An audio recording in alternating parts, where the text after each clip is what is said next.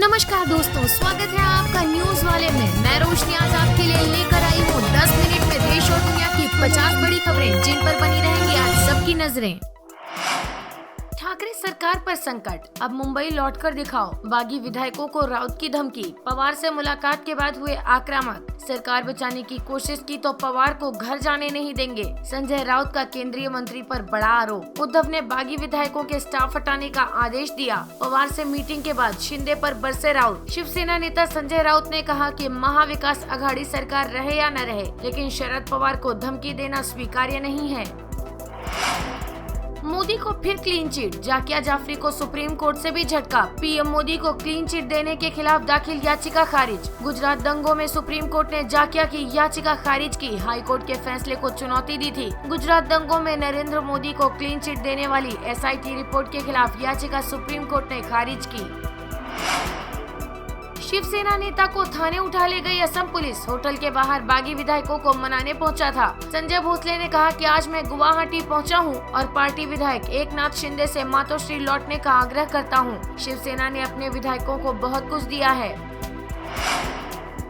देश में कोरोना का कोहराम, एक दिन में 17,000 से ज्यादा मामले। दिल्ली महाराष्ट्र में सबसे ज्यादा संक्रमण। देश में पिछले 24 घंटे के दौरान 17,336 मामले सामने आए हैं। वहीं सक्रिय मरीजों की संख्या 88,284 पहुंच गई है। एक दिन पहले 13,313 मरीज सामने आए थे। इसका मतलब है देश में एक दिन के अंदर 4,000 से ज्यादा मामले बढ़े हैं।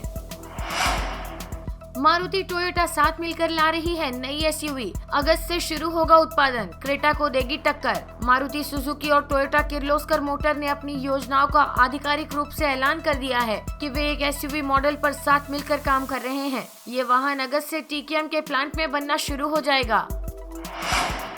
राष्ट्रपति चुनाव को लेकर विधायकों के साथ कर रहे अखिलेश यादव की बैठक में नहीं पहुंचे आजम खान और शिवपाल। सभी विधायकों को राष्ट्रपति चुनाव में पार्टी की मंशा से अवगत कराया जाएगा। समाजवादी पार्टी के 111 विधायक हैं, जबकि सपा के साथ गठबंधन में शामिल राष्ट्रीय लोक दल के 8 और सुबह सपा के 6 विधायक हैं। इस तरह सपा में कुल 125 विधायक हैं।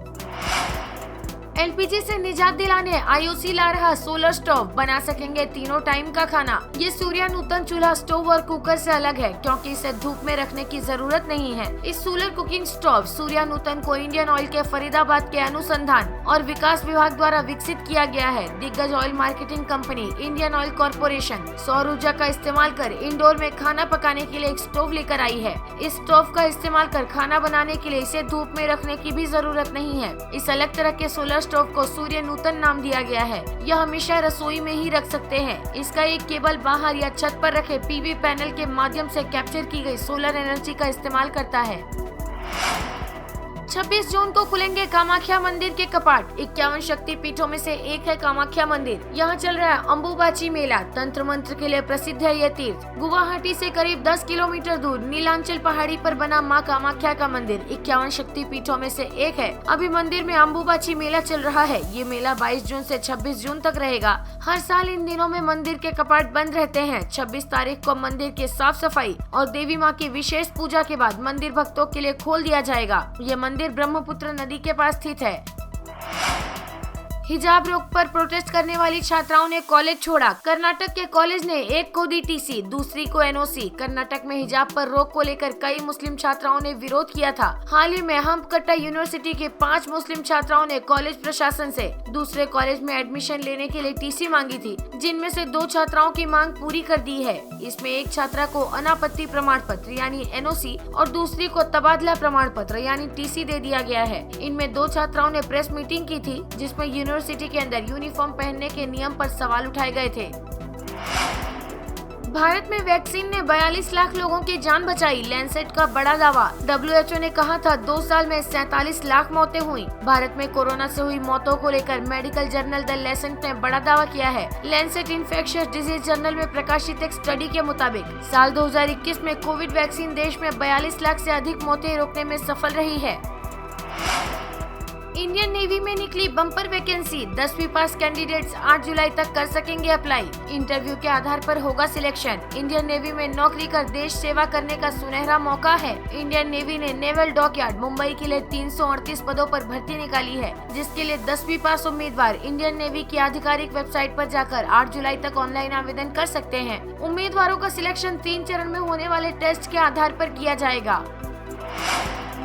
राष्ट्रपति पद के लिए द्रौपदी मुर्मू ने नॉमिनेशन भरा। पीएम मोदी, अमित शाह समेत कई नेता मौजूद। आंध्र प्रदेश के सीएम ने भी दिया समर्थन। झारखंड की पूर्व राज्यपाल द्रौपदी मुर्मू ने एनडीए की ओर से राष्ट्रपति पद के लिए अपना नामांकन दाखिल कर दिया है। इस मौके पर पीएम मोदी, रक्षा मंत्री राजनाथ सिंह और गृह मंत्री अमित शाह सहित पार्टी के कई दिग्गज नेता मौजूद रहे। 29 जून को पर्चा भरने की आखिरी तारीख है। वाईएसआर कांग्रेस राष्ट्रपति चुनाव में एनडीए उम्मीदवार द्रौपदी मुर्मू का समर्थन करेगी। जगन मोहन रेड्डी का ऐलान। एनडीए की राष्ट्रपति पद की उम्मीदवार द्रौपदी मुर्मू ने विपक्ष से समर्थन मांगा है। उन्होंने कांग्रेस की अंतरिम अध्यक्ष सोनिया गांधी, पश्चिम बंगाल की मुख्यमंत्री ममता बनर्जी और एनसीपी प्रमुख शरद पवार से बात की और राष्ट्रपति चुनाव में अपने लिए समर्थन मांगा है।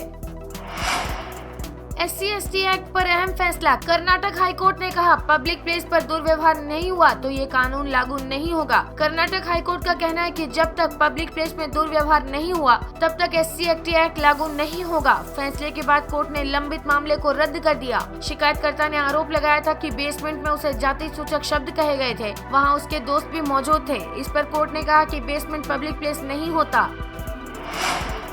भारत बनाएगा साल में सबसे ज्यादा T20 का वर्ल्ड रिकॉर्ड। 2022 में कम से कम 34 मैच खेलेगी टीम इंडिया, पाकिस्तान को पीछे छोड़ेगी। क्रिकेट की दुनिया में T20 का प्रभाव लगातार बढ़ता जा रहा है। एक और आईपीएल में टीमों और मैचों की संख्या बढ़ गई है। वहीं दूसरी ओर अब भारतीय टीम भी इस फॉर्मेट में पहले से ज्यादा इंटरनेशनल मैच खेलने लगी है। 2022 में भारत एक साल में सबसे ज्यादा T20 इंटरनेशनल मुकाबले खेलने का वर्ल्ड रिकॉर्ड बनाने जा रहा है। फिलहाल ये रिकॉर्ड पाकिस्तान के नाम है, जो साल के अंत तक टूट जाएगा। अमेरिकी सुप्रीम कोर्ट का आदेश, गन रखना मौलिक अधिकार। 1 सदी पुराने न्यूयॉर्क गन कानून को रद्द किया। कोर्ट के फैसले से बाइडेन नाराज। अमेरिका में आए दिन हो रही मॉब फायरिंग की घटनाओं से वहां खुलेआम बंदूक लेकर चलने पर प्रतिबंध लगाने की मांग तेज हो गई थी। इस बीच New York state rifle and pistol association बनाम ब्रुएन केस पर फैसला सुनाते हुए अमेरिकी सुप्रीम कोर्ट ने कहा, अमेरिकियों को गन लेकर चलने पर रोक नहीं लगाई जा सकती, न ही इसमें कोई टर्म जोड़ा जा सकता है। गन लेकर चलना अमेरिकियों का मौलिक अधिकार है।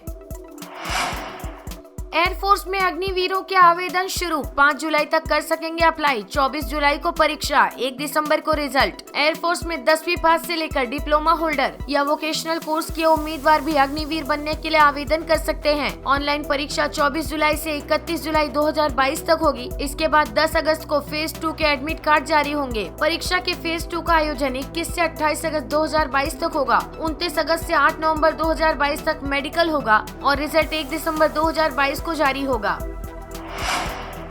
गौतम अडानी करेंगे 60,000 करोड़ रुपए दान। दुनिया के टॉप 10 रईसों में शामिल भारतीय उद्योगपति और एशिया के सबसे अमीर शख्स गौतम अडानी शुक्रवार 24 जून को 60 साल के हो गए। इस मौके पर उन्होंने अपनी संपत्ति का एक बड़ा हिस्सा दान करने का ऐलान किया है। 1991 तक राष्ट्रीय स्तर पर अडानी का कोई नाम भी नहीं जानता था।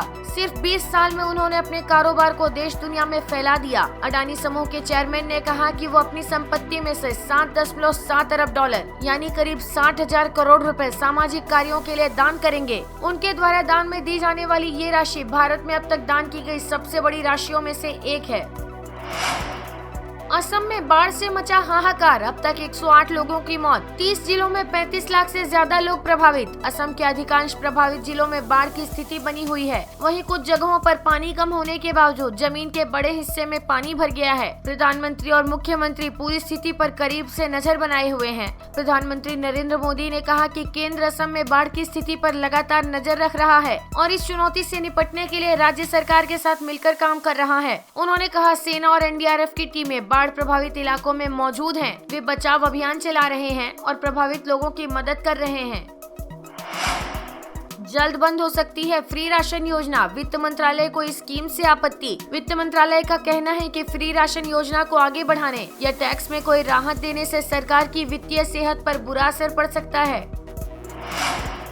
वैष्णो देवी जाने वालों के लिए रेलवे ने शुरू की नई सुविधा, कटरा पहुंचना हुआ आसान। रेलवे की तरफ से वैष्णो देवी जाने वाले भक्तों की सुविधा को ध्यान में रखते हुए 2 ट्रेनों की बहाली की गई है। इन ट्रेनों के शुरू होने से कई राज्य के मुसाफिरों के लिए वैष्णो देवी जाना पहले से आसान हो जाएगा। द 60 10 ओवर का मैच, एक टीम के पास 6 विकेट। क्रिकेट का खेल पूरी तरह बदल देगी ये लीग। द 60 लीग के नियम सामान्य मैच से काफी अलग होंगे। इस लीग में एक मैच 10 ओवर का होगा और एक टीम के पास सिर्फ 6 विकेट होंगे। शुरुआती 5 ओवर में एक छोर से गेंदबाजी की जाएगी, जबकि बाद के 5 ओवर में दूसरे छोर से गेंदबाजी होगी। ओकिनावा ईवी के एक और डीलरशिप में लगी आग, इस बार मैंगलोर की है घटना। कुछ दिनों पहले भी ओकिनावा के एक अन्य डीलरशिप में आग लगने की घटना हो चुकी है। वायनाड में कांग्रेस सांसद राहुल गांधी के कार्यालय में तोड़फोड़, सीएम विजयन ने की निंदा। कांग्रेस नेता केसी वेणुगोपाली ने बताया कि दोपहर करीब 3 बजे एसएफआई कार्यकर्ताओं और नेताओं के एक समूह ने वायनाड सांसद राहुल गांधी के कार्यालय पर जबरन कब्जा करने का प्रयास किया। लद्दाख के फॉरवर्ड बेस पर मेड इन इंडिया लड़ाकू वाहन तैनात। Made in India infantry combat vehicles को लद्दाख के फॉरवर्ड बेस में शामिल किया गया है, जिससे वहां तैनात सैनिकों की क्षमताओं को बढ़ाया जा सके। उत्तरी सेना के commander lieutenant general Upendra Dwivedi ने व्यक्तिगत रूप से नया वाहन चलाया और कहा कि इन लड़ाकू वाहनों को क्षेत्र के कठिन इलाकों में आसानी से चलाया जा सकता है। अब भारत में ही होगा कारों का क्रैश टेस्ट, सरकार ने भारत एनसीएपी को दिखाई हरी झंडी। केंद्रीय सड़क एवं परिवहन मंत्री नितिन गडकरी ने शुक्रवार को भारत में ही कारों को क्रैश टेस्ट किए जाने के संबंध में लाए गए ड्राफ्ट नोटिफिकेशन को हरी झंडी दिखा दी। इसके साथ ही उन्होंने इस नए कार असेसमेंट प्रोग्राम को आत्मनिर्भर भारत मिशन के लिए बेहद महत्वपूर्ण करार दिया है। दिल्ली में 5 महीने तक भारी वाहनों का प्रवेश वर्जित, 1 अक्टूबर से रहेगा प्रतिबंध। दिल्ली में 1 अक्टूबर से 28 फरवरी 2023 तक भारी वाहनों को प्रवेश नहीं मिलेगा। ये कदम प्रदूषण बढ़ने की आशंका को देखते हुए उठाया गया है। सोनिया गांधी ने खराब स्वास्थ्य का हवाला देकर मांगी मोहलत, ईडी ने अनुरोध किया मंजूर। सर गंगाराम अस्पताल में इलाज के बाद सोनिया गांधी को डॉक्टरों ने आराम करने की सलाह दी है, जिसके कारण वो कुछ सप्ताह तक ईडी के समक्ष पेश नहीं हो पाएंगी। ईडी ने सोनिया गांधी का अनुरोध मान लिया है। कोरोना के बढ़ते मामलों को लेकर सीएम योगी की अफसरों को 2 टूक, बोले यह समय सतर्क रहने का। मुख्यमंत्री योगी आदित्यनाथ ने प्रदेश में कोरोना के बढ़ते हुए मामलों को देखते हुए अफसरों को सतर्क रहने की चेतावनी दी है। उन्होंने 18 वर्ष से अधिक आयु के लोगों को तेजी से बूस्टर डोज देने का निर्देश दिया है। वीडियो पसंद आया हो तो लाइक, शेयर और सब्सक्राइब करना ना भूलें।